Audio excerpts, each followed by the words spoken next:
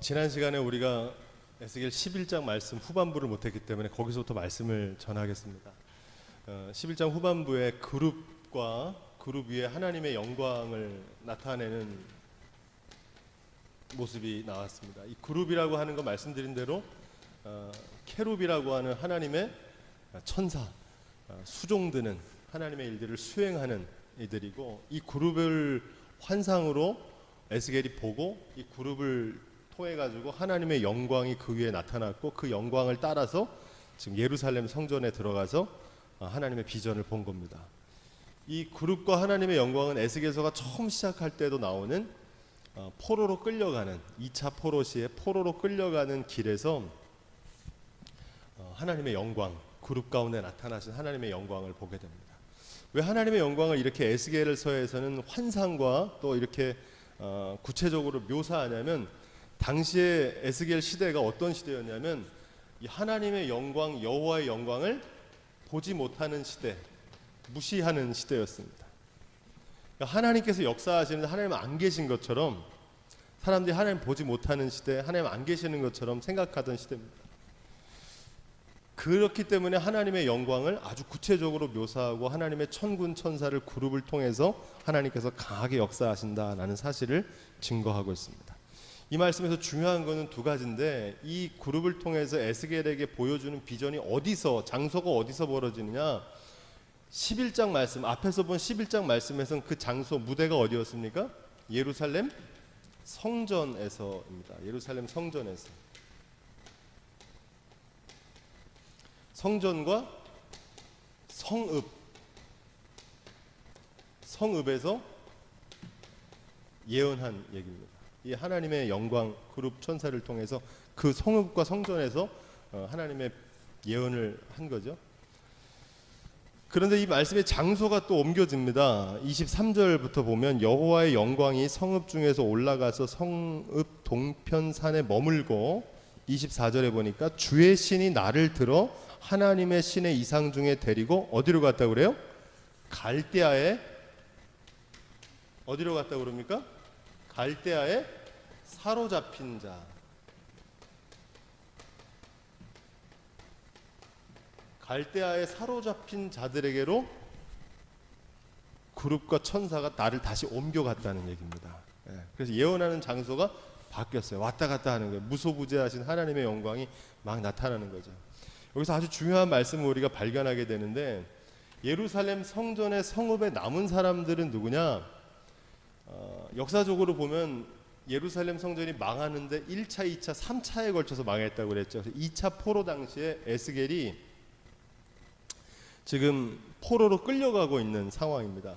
포로로 2차로 끌려갈 때만 하더라도 예루살렘 성전과 성읍은 아직 망하지 않고 남은 사람들이 있었어요. 그러니까 이 사람들은 뭐라고 얘기하냐면, 우리는 아직 괜찮다. 바벨론이 아무리 쳐들어와도 에스겔이 예언한 대로, 예레미야가 예언한 대로 우리는 망하지 않고 여호와의 성전과 성읍이 건재하기 때문에 우린 무사하다. 이렇게 무사 안일주의에 빠져 있는 사람들입니다. 그들에게 향해서 우리가 11장에서 예언이 나오죠. 하나님께서 어떻게 하신다는 거예요? 회개하지만 성전과 성읍도 한 사람도 남김없이 망하게 하겠다. 그 예언을 한 거잖아요. 그게 11장이잖아요. 자, 그런데 이 예언을 마치고 다시 그룹과 하나님의 영광이 에스겔을 데리고 갈대아에 사로잡힌 자들에게로 또 다시 데리고 갑니다. 장소가 또 옮겨지는 거예요. 이 갈대아에 사로잡힌 자들은 에스겔서가 처음 기록될 때 나왔던 장소인데, 그 장소가 바로 그발 강가라고 하는 장소가 나옵니다. 그발 강가. 그러니까 포로로 잡혀 있는 형편에 있는 사람들을 말합니다. 희망이 없고 절망 가운데 있는 사람들이죠. 오늘 이 말씀은 아주 중요한 메시지를 우리에게 가르쳐 주고 있습니다. 예루살렘 성전과 성읍에 남은 사람들은 어떻게 생각하는 거냐면, 우리는 위기를 모면했기 때문에 괜찮다. 남은 자들은 어떤 마음을 갖고 있었냐면, 하나님의 심판을 두려워하지 않았어요. 우리가 심판을 모면했으니까 우리 가운데 멸망은 없을 거다. 이렇게 생각하는 사람들입니다. 그들에게 뭐라고 얘기하냐? 너희도 예외가 아니다. 그래서 예루살렘 성읍에 남아있는 사람들에게는 경고의 메시지를 하고 있고, 동시에 가롤대에 사로잡힌 사람들, 포로로 잡혀간 사람들은 심정이 어떻겠습니까? 이제 집도 떠나왔고 포로로 끌려갔으니까 나는 이제 모든 희망이 끝났다. 절망하고 포기하고 고난 가운데 있는 사람들에게는 어떤 말씀을 주느냐? 너네가 지금은 끌려가지만 하나님께서 너희를 완전 죽이려고 하는 것이 아니라 너희를 새롭게 하려고 하는 거다. 이제 70년이 지나면 하나님의 때가 차면 예레미야가 예언한 대로 다시 약속의 땅으로 돌아오게 될 거다. 그러니까 지금 포로로 있다고 낙심하지 말아라. 이들에게 무슨 말씀을 주는 거예요? 위로의 말씀을 주는 겁니다. 똑같은 예언인데 이 심판에 대한 예언이 예루살렘을 심판하겠다고 하는 에스겔 11장에 나왔던 에스겔에게 보여준 하나님의 환상으로 보여준 예언이 예루살렘 성읍에 남아서 나는 안전하다 하는 사람에게는 경고가 되고 갈대아에 사로잡힌 사람들에게는 뭐가 되는 거예요? 위로가 되는 거예요. 지금은 미리 끌려가서 지금 고통 가운데 있지만 이게 끝이 아니고 하나님께서 다시금 70년 만에 회복시키실 거다. 그래서 너희가 그 고난을 통해서 너희는 내 백성이 되고 나는 너희 하나님이 될 거다. 내가 너희를 깨끗하게 할 거다. 위로의 말씀입니다. 이 말씀을 통해서 우리가 깨닫게 되는 메시지가 있는데 그게 뭐냐면 지금 모든 일이 다 잘 된다고 자만해서는 안 된다는 얘기입니다. 사람들이 그래요. 지금 모든 게 다 잘 되면은 난 괜찮아. 까딱 없어. 이렇게 생각한단 말이에요. 모든 것이 잘 된다고 자만할 게 아니고 내가 지금 예루살렘 성전 안에 거하고 성읍 가운데 거하고 아직 하나님의 심판, 하나님의 말씀대로 이루어지지 않았다고 자만할 게 아니라 하나님 앞에서 겸비할 수 있는 지혜가 있기를 주님의 이름으로 부탁을 드립니다. 이 갈대아에 사로잡힌 자들에게 주시는 위로의 말씀은 뭐냐? 지금 고난이라고, 지금 절망이라고, 지금 포로로 끌려갔다고 다 끝났다고 절망하지 말라는 얘기입니다. 하나님께서 다시 그들을 깨끗게 하시고 새롭게 하시고 돌아오게 하실 거다. 너무 어렵다고 낙심하지 마라. 우리 함께 따라 해볼까요? 지금 잘 된다고 자만하지 마라. 지금 어렵다고 낙심하지 마라. 지금 이 예언이 메시지가 그 얘기입니다. 무슨 말씀인지 아시겠죠? 어떤 분들은 막 잘 된다고 막 자만하고 지금 자기가 잘 나간다고 교만하고 그러거든요. 그런데 잘 될 때일수록 더욱 하나님 앞에서 겸비해야 할 줄로 믿습니다.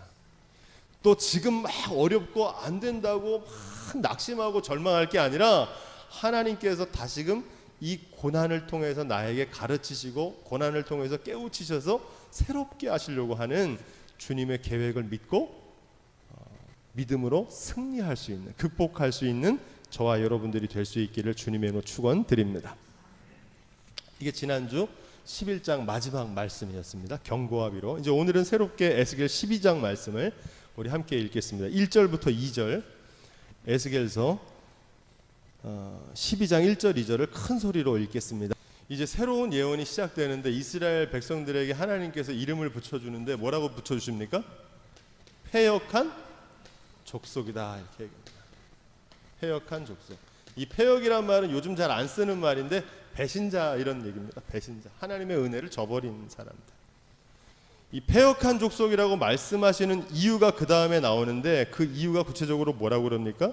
이 패역한 족속들 그들은 볼 눈이 있어도 보지 아니하고 들을 귀가 있어도 듣지 아니하나니 이렇게 얘기합니다. 이 말은 그들이 눈이 있어도 보지 못한다는 얘기는 그들이 소경이란 얘기죠. 그들이 귀가 있어도 듣지 못한다는 얘기는 그들이 귀머거리라는 얘기입니다. 요즘 잘 안 쓰는 표현인데 성경 표현으로 청각장애인이 아니고 여기선 귀머거리 이렇게 표현하고 있죠. 왜 이렇게 표현하냐면 하나님의 하시는 일을 구체적으로 보여줘도 그 징조와 표적을 나타내도 그걸 못 알아보는 거예요. 왜 못 알아보는 거예요? 제가 지난번에 말씀드린 대로 뭐가 없습니까? 믿음에 뭐가 없어요? 눈이 없어요. 안목이 없는 거예요. 하나님을 보지 못하는 거예요. 하나님이 역사하시고 하나님이 주관하시는 걸 보지 못하고 보지 못하는 이유는 다른 것에 마음을 뺏겨서 그렇습니다. 물질을 바라보든지 다른 것들의 마음을 뺏겨가지고 하나님을 볼 수 있는 영안을 잃어버린 거예요. 그래서 하나님께서 하시고자 하는 일들을 지금 에스겔을 통해서 막 환상과 비전으로 보여주는데 그 환상과 비전을 보지 못하는 거예요. 왜 귀머거리라고 얘기하느냐?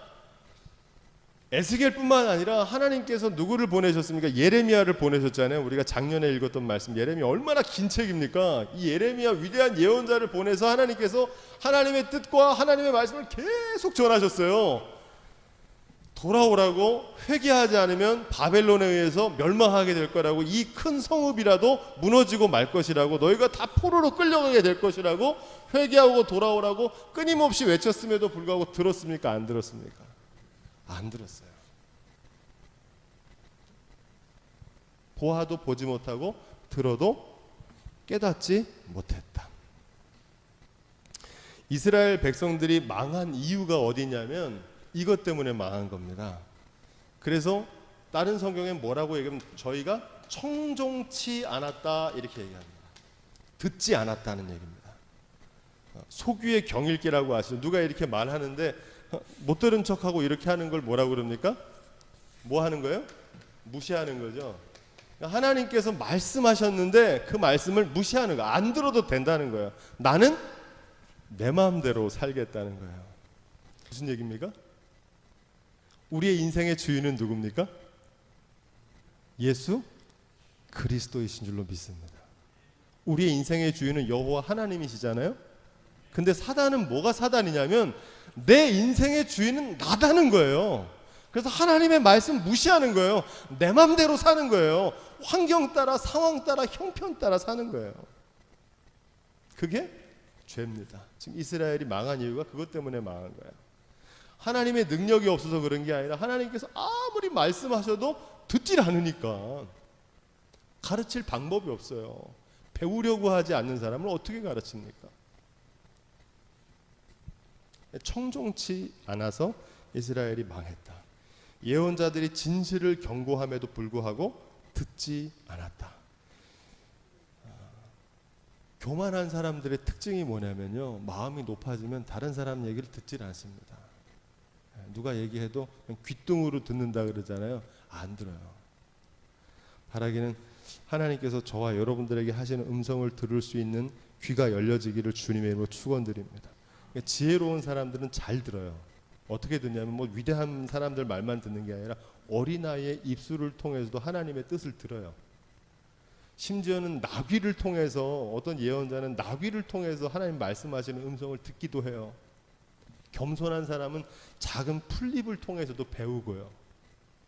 근데 교만한 사람들은요, 예레미야가 와서 예언을 해도 안 들어요. 예레미야뿐 아니라 에스겔이 예언을 해도 안 듣고요. 나중에는 도저히 이 종들을 보내서 안 되니까는 하나님의 아들을 직접 보내잖아요. 그죠? 예수 그리스도를 보내시거든요. 그런데 예수님 비유에 의하면 포도원 농부들이 어떻게 했습니까? 죽여버렸어요. 교만한 사람들은 상대를 가리지 않아요. 방법이 없어요. 그래서 예수님께서 이 말씀을 많이 하셨어요. 뭐라고 얘기하냐면 들을 귀 있는 자는 들을지어다 그러셨죠. 그 말이 좋은 말 같으세요? 나쁜 말 같으세요? 나쁜 말이에요. 야, 이렇게 말하는데도 못 알아듣냐 그 얘기입니다. 들을 수 있는 사람만 들으라는 거야. 왜냐면 아무리 얘기해도 못 알아듣는 거예요. 마이동풍이라고 그러잖아요. 그죠? 소귀의 경읽기. 그래서 이스라엘 백성들이 망했다. 듣지 않아서 망했다. 자, 그래도 하나님께서는 그럼에도 불구하고 이스라엘을 향해서 말씀하십니다. 예언하십니다. 뭐라고 말씀하시냐? 자, 3절부터 7절까지를 쭉 읽어보겠습니다. 3절부터 7절 쭉 읽습니다. 시작. 이스라엘 백성들이 그렇게 듣지 않는데도 하나님께서는 포기하지 않으시고 또 에스겔을 통해서 또 말씀하세요. 왜 말씀하실까요? 왜 말씀하실까요?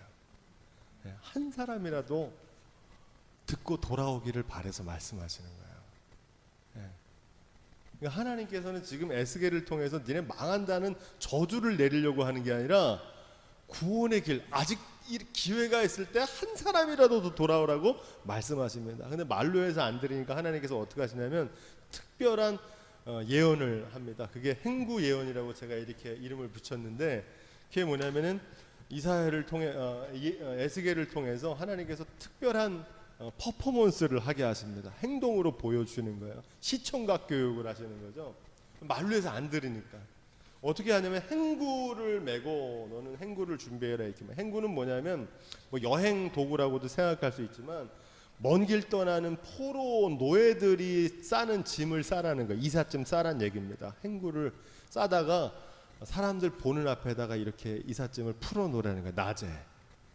그리고 사람들 보는 앞에서 저녁 때 그 행구를 가지고 떠나가듯이 가는데 벽을 뚫고 사람이 언제 평상시에 문으로 다니는데 급할 때는 창문으로 넘어가잖아요. 그것처럼 성벽을 뚫고, 사람들 보는 앞에서 성벽을 뚫고 고개를 떨구고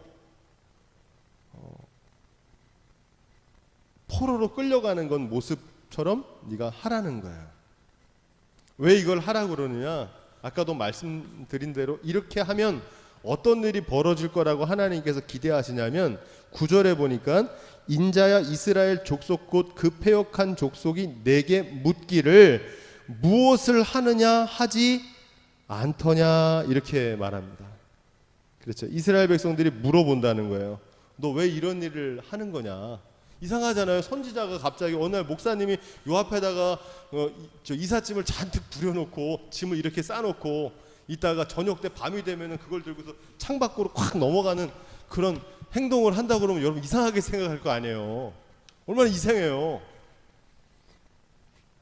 그 예레 에스겔이 지금 그 모습을 그들 앞에서 보여주라는 거예요. 이게 뭘 보여주는 거냐? 그 메시지도 하나님께서 말씀하십니다. 그들이 바벨론에게서 당할 일을 미리 보여주시는 거다, 이렇게 말합니다.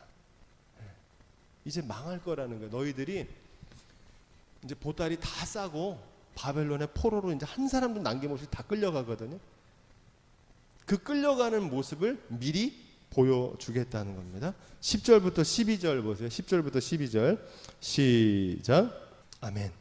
예조와 징조를 보이겠다, 이렇게 얘기합니다. 예조와 징조를 보이겠다. 예조는 말은 미리 보여주겠다는 거고, 징조는 사인입니다. 사인. 그러니까 앞으로 하나님께서 하실 일, 이스라엘 백성들이 지금은 예루살렘 성전에 거하고 있지만 다 포로로 잡혀갈 거거든요. 이제 1차, 2차, 3차에는 시드기야가 실제로 왕이 끌려 나가가지고 그 얼굴을 가리우고 잡혀가지고 두 눈이 뽑히고 이스라엘 백성들이 다 노예로 끌려가는 그런 바벨론에 의해서 멸망하는 일이 나타나게 될 거라는 겁니다. 이것을 너의 목전에서 보여주어라, 이렇게 얘기해요. 목전에서. 그 말이 무슨 얘기예요? 똑똑히 보여주라는 겁니다. 말로 해서 예레미야가 아무리 말을 해도 안 들으니까 오늘 말씀에 뭐라고 그러냐면 그 목전에서 보여주라. 그 눈앞에서 너가 이렇게 될 거라는 거예요. 이렇게. 잠시 후면 하나님을 떠나서 우상 숭배하고 하나님 앞에서 가증스러운 일을 했던 일로 인해서 너희가 너희 죄악을 지고 하나님의 막대기인 바벨론의 포로로 끌려가게 될 거다. 이거를 그들의 목전 앞에서 보여주라는 거야. 아까도 말씀드렸던 것처럼 왜 보여주라는 겁니까? 한 사람이라도 그걸 보여주면 깨닫고 돌아오기를 바라시는 거예요. 한 사람이라도, 지금이라도. 결국 이 예언이 주는 의미가, 메시지가 있는데 13절 말씀을 읽어보겠습니다. 이 예언을 통해서 하나님께서 이스라엘에게 주시는 메시지, 뭐 지금까지도 했던 똑같은 메시지인데 13절 시작. 이 예언의 대상은 시드기야라고 하는 왕입니다. 마지막 왕이죠. 시드기야 왕. 시드기야의 운명만 아니라 시드기야 왕이 그렇게 된 건 백성들도 다 그렇게 끌려가게 된다는 겁니다. 갈대아 땅에 끌려가서 죽음을 당하게 될 건데, 중요한 말씀은 내 그물을 그의 위에 치고 내 올무에 걸리게 하겠다, 이렇게 말합니다. 여기서 내 그물, 내 올무는 누구냐면 하나님을 얘기하는 겁니다. 왜 이 얘기를 하시냐면, 지금 이스라엘 백성은 누구한테 망했다고 생각하냐면 바벨론에 의해서 망했다고 생각하거든요. 근데 바벨론에 의해 망한 것이 아니에요. 바벨론은 하나님이 심판하시는 막대기, 도구. 그래서 바벨론을 통해서 하나님께서 이스라엘의 죄악을 심판하시는 것이 바벨론 때문에 망한 게 아니에요. 힘이 없어서 망한 게 아니에요. 싸움을 잘 못해서 망한 게 아니에요. 어떤 사람은 물질 때문에 내가 어려움 당한다고 생각하고 어떤 사람은 건강 때문에 어려움 당한다고 생각하는데 물질과 건강이 아니에요. 하나님께서 물질과 건강을 통해서 때로는 바벨론을 들어서 예루살렘을 깨닫게 하시고 심판하신 것처럼 저와 여러분들을 깨닫게 하시는 주님의 섭리를 바라볼 수 있는 눈이 열려지기를 주님의 이름으로 축원드립니다. 그래서 하나님이 이 일은 하고 계신다는 거예요. 왜 이 일을 하시느냐? 14절부터 15절 14절부터 15절 시작. 언제 알게 된다고 그래요? 해친 후에야 알게 된다 이렇게 얘기합니다. 이게 중요합니다. 이 때가 중요해요. 여호와인 줄 알게 하겠다 이렇게 하시는 말씀인데 이 말씀이 계속 나오죠. 여호와인 줄 알게 하겠다. 이 말씀이 계속 반복돼 나옵니다. 반복되는 건 그만큼 중요하다는 얘기입니다. 여호와인 줄 알게 하겠다는 얘기 뭐냐면 이 말을 다른 말로 바꾸어 하면 이것을 하나님의 영광이다 이렇게 말합니다. 하나님의 영광. 이 영광이란 말은 뚜렷함이라고 번역하는데 하나님의 하시는 일이 분명하게 드러나는 거예요. 아, 이건 하나님이 하신 일이다. 그러니까 하나님이 살아계신다. 이거를 여호와인 줄 알게 하겠다는 거예요. 지금 이스라엘 백성들은 아까도 말씀드렸던 것처럼 하나님을 봅니까? 못 봅니까? 못 보잖아요. 무시하잖아요. 근데 그들이 비로소 여호와인 줄 알게 될 거라는 거예요. 그날에 하나님의 예언, 예레미야를 통해서 했던 예언이 성취되는 걸 본 후에야 알게 될 거라는 거예요. 무슨 말씀인지 아시겠죠? 예레미야 예언이 안 이루어질 거라 그랬는데 예레미야 예언이 이루어진 것을 보고 그들이 해친 후에야 알게 된다 이렇게 얘기합니다. 왜 해친 후에야 알았을까요? 이게 때늦은 후에입니다. 미리 그걸 알았으면은 여호와인 줄 알았으면은 하나님을 경외하는 믿음으로 돌아왔을 텐데 매 맞은 다음에 알은 거예요. 예루살렘 성전이 무너지고 나라를 다 뺏기고 포로로 잡혀가서 이제는 가진 모든 걸 다 잃어버린 상태에서야 비로소 여호와인 줄 알게 된 거예요. 둘째 아들, 탕자에 비해 둘째 아들 생각하시면 돼요. 집을 떠나 나가서 망하고 나 보니까 아버지의 집이 생각나잖아요. 그죠? 지금 그런 거예요. 이스라엘 백성들이 망하고 난 다음에야 알게 된다. 바라기는 저와 여러분들이 이런 때늦은 후회가 아니라 아직 기회가 있을 때 하나님을 경외하는 믿음을 깨닫게 되시기를 주님의 이름으로 축원드립니다. 나중엔 다 알게 돼요. 지금은 하나님이 여호와의 일한 사실을 모르거든요. 근데 언제나 알게 되냐면요, 죽음 순간에 알게 돼요. 하나님의 심판대 앞에 가면 알게 된다니까요. 제가 여러분들에게 끊임없이 말씀드렸죠. 3가지 질문 하신다고. 근데 그걸 귓등으로 들고 그냥 내 마음대로 내 멋대로 사는 거예요. 청지기도 내뱉게치고 소명도 내팽개치고 하나님의 자녀 뭐 이런 거 생각하지 않고 어떻게 하면 또 잘 먹고 잘 살까만 평생 추구하며 가다가 살 수 있어요. 근데 그러다가 언제 만나게 되냐면 하나님의 심판대 앞엔 쓸 거 아니에요. 그죠? 여기 예외가 있습니까? 없습니까? 없잖아요. 천년만년 살 수 없어요. 진시황도 그 앞에 쓰거든요. 그때 해친 후에야 알게 되는 거예요. 너무 늦어요. 그때가 지나고 나면 해친 후에 물질을 잃어버린 다음에 깨닫는 거야. 아, 물질의 주관자가 하나님이시구나. 건강을 잃어버리고 깨닫는 거야. 아, 건강의 주관자는 하나님이신데. 생명을 잃고 깨닫는 거예요. 아, 생명의 주관자는 하나님이신데. 그때 깨닫으면 무슨 소용이 있어요. 해친 후회가 아니고 아직 기회가 있을 때 빨리 깨닫는 지혜가 있기를 주님의 이름으로 축원드립니다. 16절 말씀을 읽겠습니다. 16절 시작.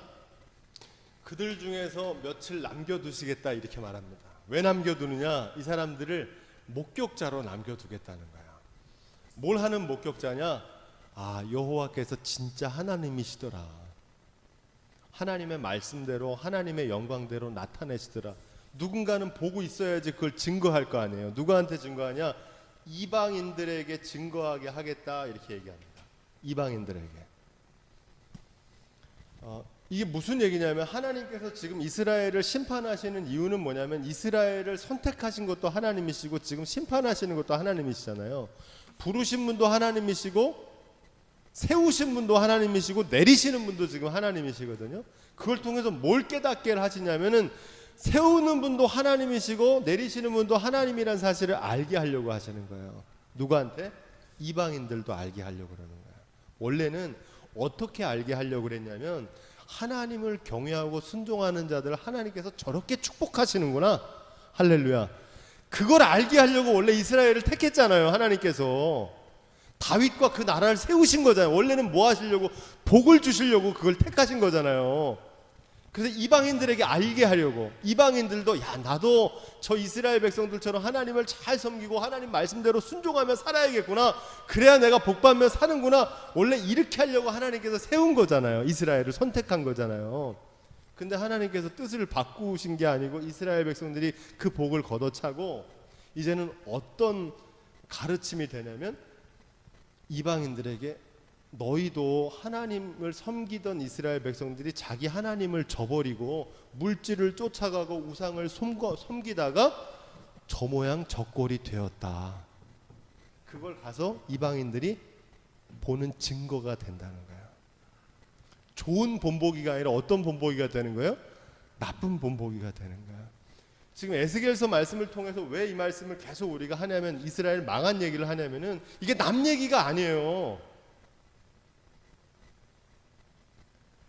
이거를 뭐라고 그러냐면 배우는 데는 두 가지가 있다고 그랬죠. 하나는 정면교사, 아 저렇게 나도 잘 해야겠구나 이렇게 배우는 게 있고, 어떻게 또 배우는 게 있냐면 반면교사라고 있어요. 아 나 저러면 절대 안 되겠구나, 나 나중에 저렇게 되면 안 되겠구나, 그렇게 배우는 게 있어요. 그죠? 지금 이스라엘 백성들은 뭘 배우는 거냐면 원래는 하나님께서 야 너희가 축복의 본보기를 하려고 세우셨는데 그 사명을 못 감당하니까 반면교사가 된 거예요. 야 하나님 저렇게 택함을 받고도 저렇게 말씀대로 뜻대로 순종하지 않으니까 저 나라와 저 성읍이 저렇게 망하는구나. 함께 찾아보겠습니다. 자 9장 1절부터 제가 읽다가 같이 읽겠습니다. 솔로몬이 여호와의 전과 왕궁 건축하기를 마치며 자기의 무릇 이루기를 원하던 일을 마친 때에, 지금 무너지는, 이제 곧 무너진다고 하는 예루살렘 성전을 솔로몬이 봉헌했을 때 얘기입니다. 여호와께서 전에 기브온에게 나타나신 같이 다시 솔로몬에게 나타나사 9장 3절 저에게 이르시되 내가 내 앞에서 기도하며 간구함을 내가 들었은즉 내가 너희 건축한 이 전을 거룩하게 구별하여 나의 이름을 영영히 그곳에 두며 나의 눈과 나의 마음이 항상 거기 있으리니. 함께 읽습니다. 시작. 내가 만일 내 아비 다윗의 행함같이 마음을 온전히 하고 바르게 하여 내 앞에서 행하며 내가 내게 명한 대로 온갖 것을 순종하여 나의 법도와 율례를 지키면. 5절 시작. 내가 내 아비 다윗에게 허락하여 이르기를 이스라엘 위에 오를 사람이 내게서 끊어지지 아니하리라 한 대로 너희 이스라엘의 왕위를 영원히 견고하게 하려니와. 아멘. 이거 축복이죠.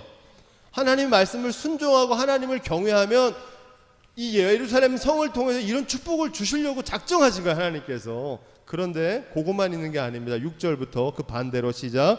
만일 너희나 너의 자손이 아주 돌이켜 나를 쫓지 아니하며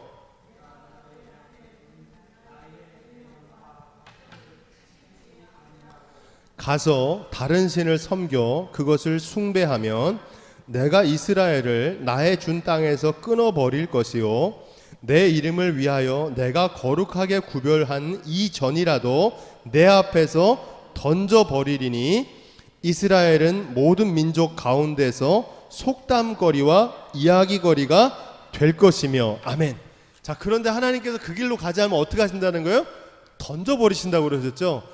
지금 500년 전에 나라에 처음 세워질 때, 성전을 지었을 때 했던 그 하나님의 축복이 지금 이루어지는 거예요. 저주가 축복으로 이루어지는 게 아니라 뭐로 이루어지는 거예요? 지금요? 저주로. 내가 던져버리겠다고 하신 대로 이제 던져버리겠다는 거예요, 에스겔에게. 근데 하나님이 너무 이스라엘 사람들을 사랑하시니까 또다시 기회를 주는 거예요. 한 사람이라도 지금이라도 회개하고 돌아오라고.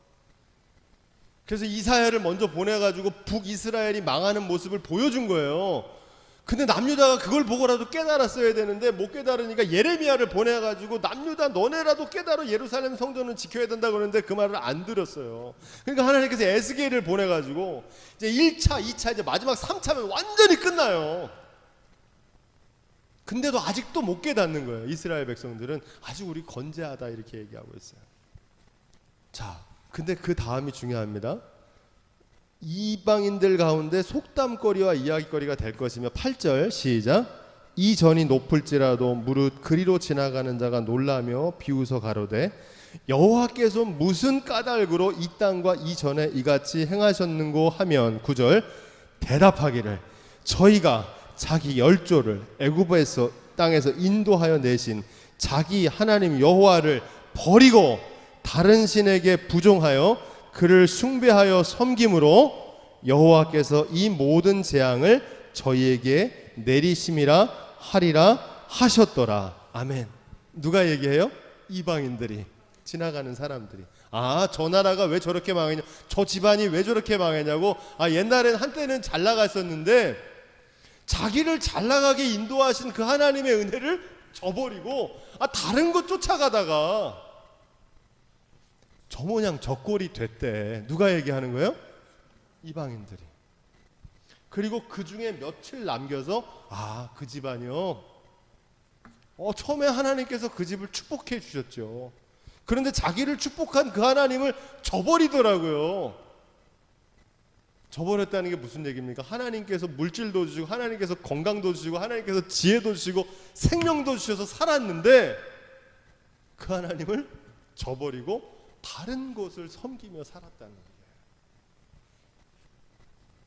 그중 며칠 남겨서 이방인들에게 너희도 하나님을 여호와인 줄 알지 못하면 저들처럼 될 거다. 바라기는 저와 여러분들이 이런 자리에 서지 않기를 주님의 이름으로 축원드립니다. 바라기는 저와 여러분들이 좋은 믿음의 본보기가 될 수 있기를 주님의 이름으로 축원드립니다. 근데 이 본보기가요, 다른 사람에게 얘기되는 게 중요한 게 아니라요, 우리 자녀들에게 본보기가 돼요. 믿음은요, 자녀들에게 전수돼요. 믿음만 전수되는 게 아니에요. 내 신앙의 모습이 말로 전해지지 않고요, 내 삶으로 전해져요. 위기의 순간에 우리 부모님이 하나님과의 관계에서 믿음의 어떤 선택을 하는지를 보고 자녀들이 하나님을 경외하는 믿음을 갖게 돼요. 남에게 드러나는 게 중요한 게 아니라 좋은 믿음의 본보기가 될 수 있기를 주님의 이름으로 축원드립니다. 왜 그들을 행했는지 16절에 보니까 16절 짧지만 아주 중요해요. 자기의 모든 가증한 일을 자백하게 하겠다 이렇게 얘기합니다. 자백하게 하겠다. 자백이 뭔지 아시죠? 죄 지은 사람이 끌려와 가지고 거기서 이렇게 제 죄는요 이거고요 저거고요 이렇게 하는 거예요. 낱낱이 드러나는 거예요. 감춰졌던 죄악이. 7절부터 20절 함께 읽습니다. 오늘 말씀 에스겔서 12장으로 돌아가서 17절부터 20절 시작. 17절 20절에 다시 또 다른 시청각 교육을 합니다. 왜 이 시청각 교육을 하는지 말씀드렸죠. 안 들으니까, 말로 하면 안 들으니까 더 하나님께서 강력하게 말씀해요. 왜 말씀하시느냐, 저 같았으면 포기했을 것 같아요, 어지간하면은. 근데 하나님은 버릴 수가 없는 이스라엘 백성들을. 왜 못 버릴까요? 사랑하니까. 한 사람이라도 돌아오기를 원하셔요. 그 사랑에 부끄럽지 않은 저와 여러분들이 될 수 있기를 주님의 이름으로 축원드립니다. 사실 이걸 보면서 이렇게 뭐 무서운 말씀을 이렇게 우리가 들어야 되나, 이게 할 게 아니고, 저는 이 말씀 뭐 어떻게 생각하면 하나님께서 정말 끔찍히 사랑하시는구나, 저는 그걸 느껴요. 하나님께 이스라엘 백성을 얼마나 정말 끔찍히 사랑하시는 거예요. 그러니까 이렇게 말을 해도 안 되니까 시청각 교육을 통해 다시 한번 보여주시는 거예요. 한 얘기를 또 하고 한 얘기를 또 하고. 어떤 시청각 교육을 하냐면, 떨며 식물을 먹고 근심하며 물을 마시라 이렇게 얘기합니다. 이건 이제 전쟁과 위기 상황이 오고 그 이스라엘 백성들이 겪을 일을 보여주는 겁니다. 평안한 것이 없어지는 거죠. 이 예언은 누구에게 주는 말씀이냐면 예루살렘 거민들에게 주시는 말씀이다 이렇게 얘기하고요. 예루살렘 백성들이죠. 거민, 지금 거기 머물러 있는 백성들하고, 또 누구에게 주는 말씀이냐면 이스라엘 땅, 이 땅에 대한 얘기입니다. 여러분, 이 땅은 어떤 땅입니까? 지금 이스라엘 땅, 우리가 자꾸 얘기하는 이 땅은 하나님께서 출애굽해서 이스라엘 백성들에게 주셨던 약속의 땅이에요. 가나안 땅. 나라기도 하고, 이 백성 하나님의 백성이고. 근데 어떻게 되면 그들이 범죄하니까 뭐가 저주를 받는 거예요? 땅이 저주를 받는다는 거예요. 땅이 황무하게 된다는 겁니다. 예, 땅이 황무하게 돼요. 여기 아주 중요한 영적인 원리가 담겨 있습니다. 아담이 범죄했을 때 하나님께 불순종하잖아요. 선악을 알게 하는 이 열매만은 먹지 말라고 하신 하나님의 말씀에 순종하지 않아요. 자기 마음대로 이거 먹어도 될 것 같고 좋을 것 같거든요. 자기 마음대로 하는 거예요. 하나님 두려운 줄 모르는 거죠. 그랬더니 뭐가 저주를 받냐면, 아담만 저주를 받은 게 아니라 뭐가 저주를 받았어요? 땅이 저주를 받았다고 나와요. 그 땅이 갑자기 엉겅퀴를 냅니다. 그렇죠. 에덴 동산 그 열매만 먹으면 하나님 다 중요한 풍요롭게 주신 땅에서 땅이 황무하게 되는 거예요. 거민의 강포로 인해서 땅에 가득 찬 것이 황무하게 되리라, 이렇게 돼 있어요. 오늘 말씀, 그죠? 누구 때문에? 거민, 사람들이, 거기서 거하는 사람들이 하나님의 말씀대로 하나님의 뜻대로 살지 않으니까 그들이 거주하던 땅이 황무하게 된다는 거예요. 하나님을 경외하면요, 내 영혼이 잘됨 같이 범사도 잘되고 강건하게 되는 줄로 믿습니다. 그 영향력이 퍼져나가요. 하나님과의 관계, 내가 그리스도, 예수 그리스도를 잘 섬기고 주님 뜻대로 살면요, 나만 잘 되는 게 아니라 내 집이 잘 되고요, 내가 하는 일이 잘 돼요. 할렐루야. 이게 원리, 영적인 원리예요. 근데 사실은 굉장히 단순하지만 쉽지가 않아요. 왜냐하면 순종하기가 어렵거든요. 이스라엘 백성들이 망한 이유는 뭐냐면,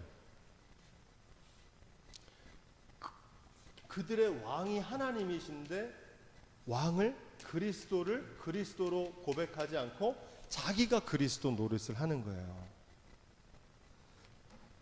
그리스도를 왕으로 모시는 삶은 뭐냐면, 예수님께서 우리의 삶의 주관자라는 사실을 믿는 거거든요. 근데 대부분 사람들이 그렇게 하지 않고 누가 왕 노릇하려고 그래요? 자기가 왕 노릇하려. 자기가. 지금 에스겔서에서 얘기하는 것도 마찬가지예요. 하나님 자리에 우상이 떡하니 앉아 있는 거예요. 사람들의 말, 돈, 생각, 목소리 큰 사람, 자기 경험, 자기 생각. 예수 그리스도가 다스리는 교회, 주님께서 이끄시는 가정, 주님께서 주관하시는 삶이 될 수 있기를 주님의 이름으로 축원드립니다. 그래야 살아요. 오래 가고. 안 그러면 살아있는 게 기적이라니까요. 지금까지 살아온 게 기적이에요. 하나님께서 이스라엘 백성들을 이렇게 하시려고 지금 깨끗게 하시려고 그러는 거예요. 아시겠죠? 그래서 예루살렘 성을 무너뜨리는 게, 무너뜨리려고 그러는 게 아니라 이걸 부숴야 거기다 새로운 걸 세울 수 있거든요. 그래서 새롭게 하시는 거예요. 새롭게. 깨끗하게 하시는. 22절 24절에 보면 또 다른 멸망 원인이 나오는데, 그 원인이 뭐냐, 또 다른 멸망 원인이 나오는데, 그 원인이 허탄한 묵시 때문이다, 이렇게 말합니다. 허탄한 묵시, 거짓 예언이라고 하는데, 허탄한 묵시. 묵시는 하나님이 주시는 거거든, 예언인데 이게 헛된 묵시라는 거야. 거짓 예언하는 거죠. 그리고 아첨하는 복술, 무당 굿하는 것 같은 거예요. 사람들 듣고 싶은 얘기만 해주는 거예요. 듣기 싫은 얘기 하지 않고. 그러니까 하나님께 듣지 않은 얘기를 하는 거죠. 다음 주에 나오는데, 어떤 게 허탄한 묵시냐, 13장 10절을 한번 보세요. 자, 13장 10절 시작. 이렇게 칠 것은 그들이 내 백성을 유혹하여 평강이 없으나 평강이 있다 함이라. 아멘. 이 허탄한 묵시 뭐냐면, 하나님은 이스라엘 백성들을 어떻게 하시겠다는 거예요? 심판하시겠다는 거거든요. 그래서 무너뜨려서 새롭게 하시겠다는 거죠. 하나님의 계획은. 그래서 그들이 지금 하나님을 무시했는데 하나님을 경외하는 백성으로 만들겠다는 게 하나님의 예언이잖아요. 할렐루야. 그죠? 이게 에스겔과 예레미야를 통해서 하나님이 하신 계획이잖아요. 그래서 그 일을 위해서는 반드시 뭘 해야 돼요? 묵은 땅을 갈아 엎어야 되거든요. 그래야 새싹이 돋아나잖아요. 근데 이 허탄한 묵시를 하는 예언자들과 이 사람들은 뭐라고 그러냐면은 평강하다 이러는 거예요. 이스라엘 망하지 않는다. 괜찮다. 두려워하지 마라. 하나님 우리 지켜줄 거다. 말은 좋아 보이는데 사실은 뭐 하는 거예요? 하나님의 뜻과는 전혀 상관없는 예언을 하는 거예요. 네. 그래서 이스라엘이 망한 겁니다. 이 거짓 지도자. 이 말에 따라갔다가는 같이 죽는 거예요. 자기 혼자 넘어지는 게 아니고. 25절 시작. 자, 이 말은 뭐냐면 하나님께서 이 사람들한테 뭐라고 그러냐면 하나님께서 반드시 이 심판을 이루시겠다는 거예요. 너희 살아있는 동안에. 근데 이 말씀이 사실인 게 이제 2차 침공이 끝나고 3차 침공 때는 와가지고 이스라엘이 도리에 돌아나 남김없이 망하게 됩니다. 곧 오신다는 거예요. 이 많은 사람들이 종말론도 얘기할 때 그렇잖아요. 이게 언제 오느냐, 또 이 신천지 같은 이단은 숫자가 14만 4천 명이 채워지면 종말이 온다 이렇게 생각하는데 예수님은 뭐라고 말씀하십니까? 그날과 그 시는 아버지에게 있고 나도 모른다는 거죠. 그리고 종말에서 그 시를 언제로 얘기하셨어요? 언제 오신다고 그랬어요? 언제 오신다고 그랬었어요? 곧 오신다고 그랬잖아요. 그죠? 곧 오신다. 네. 곧 오신다. 성경은 그렇게 얘기해요. 곧 온다는 거예요. 곧 이루어진다는 거예요. 이 말씀의 뜻은 뭐냐면 때가 중요한 게 아니라 때가 중요하면 그때를 말씀하셨죠. 곧 오신다는 말은 지금 네가 준비되어 있어야 된다는 얘기예요. 지금 곧 오신다는 얘기예요. 그래서 진짜 종말론의 메시지는 마지막을 생각하면서 오늘을 살라는 얘기거든요. 주님 내일 오실 것처럼 단장한 신부로 깨어 있으라는 얘기입니다. 근데 지금 이스라엘 백성들이 왜 망하냐면 아예 안 온다는 거예요. 아니 망한다 그러는데 뭐 아무리 뭐 얘기해도 예레미야 얘기 벌써 예언한 지가 언젠데 아직도 건재한데 뭘 망하긴 뭘 망해. 제가 한국교회 위기라고 그러면 제일 싫어하는 게 큰 교회 목사님들이 되게 싫어해요. 교인들이 지금도 이렇게 막 부흥하고 있는데 무슨 위기는 무슨 위기냐고 그래요. 그런데 주일학교를 가보면 그 교회 큰 교회도 주일학교가 청년들이 없어요. 청량년 없어요. 근데 지금 괜찮으니까 괜찮다고 생각하는 거예요. 곧 오신다는 거예요. 회개해라는 거거든요. 마지막을 생각하며 오늘을 사는 삶이 좋을까요? 아니면 그냥 오늘이 전부인 것처럼 하루하루 사는 사람이 좋을까요? 마지막을 생각하며 사는 사람이 더 잘 살아요. 마지막 하나님의 심판대를 생각하면서 오늘도 주님께서 나에게 맡기신 삶이라고 생각할 수 있는 지혜가 있기를 주님의 축원드립니다. 마지막 절 26절 28절 시작. 그러니까 이 이스라엘 백성들이 얼마나 완약하냐면은 나중에 한다는 얘기. 나중에 먼 때 나중 얘기지. 뭐 지금 이게 지금 실현되겠냐? 이 심판이 오겠냐? 지금 괜찮다는 얘기입니다. 나중에 자꾸 미루는 거죠. 하지만 하나님의 심판은 반드시 하나님의 때에 이루실 줄로 믿습니다. 기다려 주실 때 기회가 있을 때 돌아와야 돼요. 어느 날 갑자기 하나님께서 콱 결정을 하시면은 피할 길이 없어요. 그때 울어봐야 소용이 없어요. 베드로후서 3장 8절로 9절 말씀으로 오늘 말씀을 마감하겠습니다. 보세요. 베드로후서 3장 8절 9절. 베드로후서 3장 8절 9절 함께 읽습니다. 시작. 사랑하는 자들아, 주께는 하루가 천년 같고 천년이 하루 같은 이 한 가지를 잊지 말라.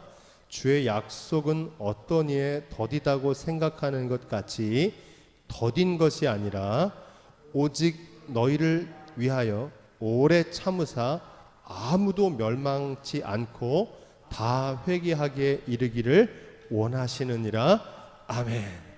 기가 막히죠. 하나님의 본심은 여기 있는 거예요. 근데 지금 하나님은 한 사람이라도 살리려고 그러는데 더디다고 지금 이렇게 말하고 있는 거예요. 지금 괜찮은데 편안한데 무슨 소리냐 이렇게 하나님께서는 지금 간신히 이거를 참고 한 사람이라도 더 돌아오게 하려고 기다리고 있는데 혹시라도 이 빨리 내렸다가 알곡 하나라도 다칠까봐 그렇게 참고 기다리시는데 더디다고 생각하는 것 같이 더딘 것이 아니라는 거예요. 오래 참으사 아무도 멸망치 않고 다 회개하기에 이르시기를 원하시니라. 하나님의 본심을 아시겠죠. 예.